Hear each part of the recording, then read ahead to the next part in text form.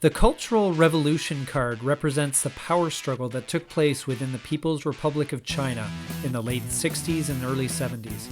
The event is a no-lose proposition for the USSR, but what can the US do with it? We'll look at that here on Legendary Tactics. The Cultural Revolution event card is potentially a very valuable event for the Soviet player, or it can be relatively inconsequential. How can either player make the most of this turning up in their hand? Let's take a closer look at that now. Let's examine this card more closely.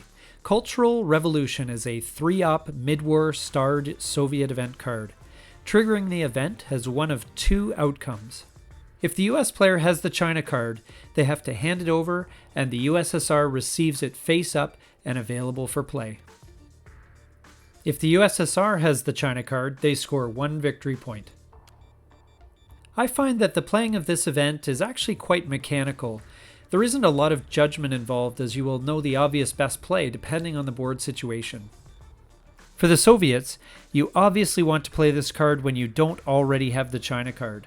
1 victory point just doesn't give you the same feeling as snatching the China card away from your opponent and gleefully flipping it face up to play anytime like a cobra ready to strike. So what happens if the Soviets already have the China card? Well, the USSR has two options here. Option 1 is that you can play the China card and then play Cultural Revolution to reclaim it, possibly for use later in the same turn. This comes at the cost of the 3 operations points that the Cultural Revolution card provides, but usually this is offset by the benefits of the China card to your hand management. Option 2 is playing the Cultural Revolution card for ops, keeping it in the deck to turn up again later when the timing is potentially better. This has the immediate benefit of 3 operations points in addition to the threat it poses by remaining in the deck, which is never a bad thing. This is obviously better employed earlier in the game and never after turn 7's reshuffle. For the US, a similar play is recommended. Play the China card first and then Cultural Revolution. It only sacrifices 1 victory point, which can be easily made up with the 3 ops provided by the card.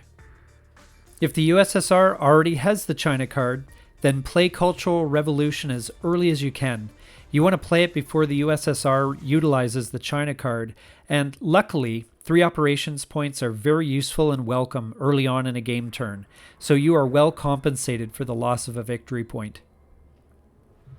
Surprisingly, this is one event that you will rarely want to send to the space race, as it is generally very easy to manage. The only time you might consider doing so is if the USSR plays the China card early in the round, meaning that you now hold it face down. Since you don't want to just hand it back to the Soviet player face up, you either have to hold Cultural Revolution until your next turn or send it to space, hoping never to see it again. So in summary, for the Soviet player, you will generally play this to claim the China card from the US player or reclaim the China card right after having played it. And for the American player, you will want to manipulate the situation so this card only costs you a victory point, which typically is easily done. This has been our analysis of the Cultural Revolution card in Twilight Struggle. We hope you found this video interesting and useful, and if you did, please take a moment to like, subscribe, and comment down below. Thank you so much for watching, and we look forward to seeing you next time here on Legendary Tactics.